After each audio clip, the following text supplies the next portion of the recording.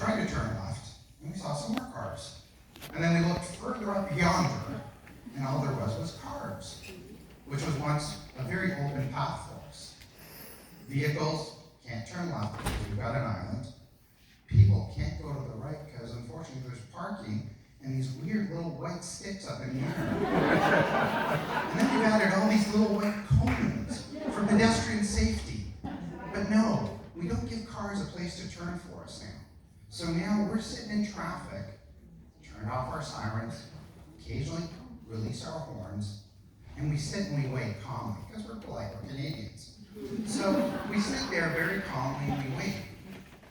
And then we turn the siren back on, and we now go into head-on traffic. Because as a firefighter, you drive on your personal license. And that's something we all want to do. Drive into head-on traffic. Hope that the other person is aware of us, that they stop, so that we can try to weave our way back in between the islands. And then we gradually make it up towards Kipling. Hallelujah, open lanes again. And they're dead. Well, yeah, and there's nobody there. But here's the whole thing, though, is that there was no consultation amongst us. You know, there was nothing said to us that we're going to cause this mayhem for you. We now head out of the hall, we have a quick look on Bloor, and now we take the fire truck, lights and sirens, and we go up Prince Edward Drive, nice residential street. And then we turn left on King George, because you know what? Let's cause a little mayhem on King George. Because we can. We've got the lights and sirens, and now we've got people walking their kids to school, the nannies. So now we're driving at 1.2 kilometers an hour. No sirens, because we don't want to disrupt everybody. And again, we'd like to thank you guys for submitting this, because it made it such a wonderful thing for all of us. So instead of inconveniencing a couple of bicyclists, making them go Prince Edward across King George, let's inconvenience a fire truck.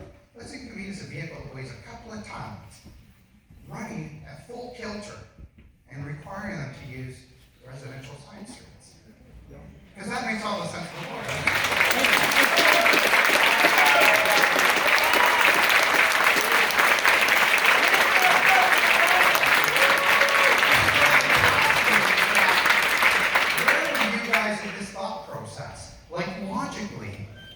You inconvenience a bicyclist, or you inconvenience a fire truck, a police car, an ambulance. You're inconveniencing us, and all of a sudden I impact everybody here. You inconvenience people that need you. These people call 911 thinking, my God, the fire department's going to be there in 3 minutes. Well, what, Metro 3 minutes? Imperial 3 minutes? How do we measure this nowadays? Toronto 3 minutes, that's right. So now we are part of the congestion problem. So, Mr. Holiday, you know, your dad and you, wonderful people. You guys were wonderful, local people. Can we sort of maybe fix these other people? Maybe get them to understand that there's things that make sense and things that do not make sense. So, more for the common good for the greater amount of people. Yes. Not good for a small couple of squeaky wheels. Thank you.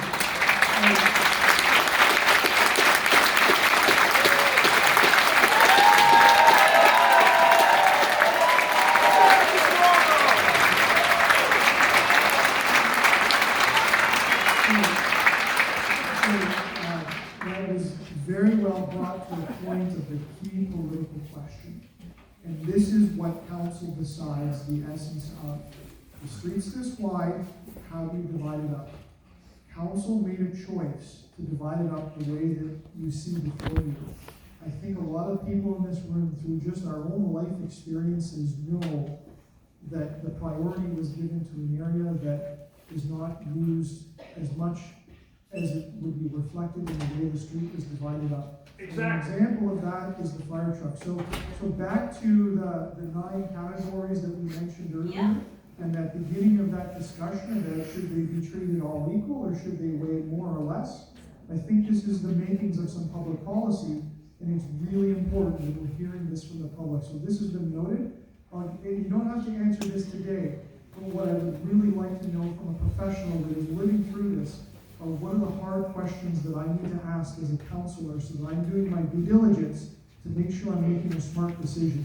You don't have to answer it on the microphone, you don't even have to answer it, but my point is there's tough questions to answer people, to ask people like you that know the answers to. Councilor Holiday, the hard question is reality.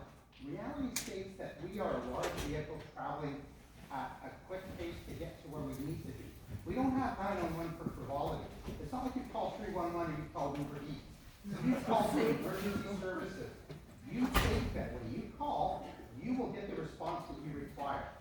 If I'm stuck in traffic, maybe causing mayhem, maybe causing an accident, and our way pushing through traffic, people panic. When they panic on Bloor Street now, where do they go? Nowhere. They go to a parked car. They maybe go to a storefront. So I tell my guys to turn the siren on because we may cause an issue that we may not be able to handle at this moment. So don't put us in a position to fail. And that's the problem. City of Toronto put people in a position to fail. Don't let us fail.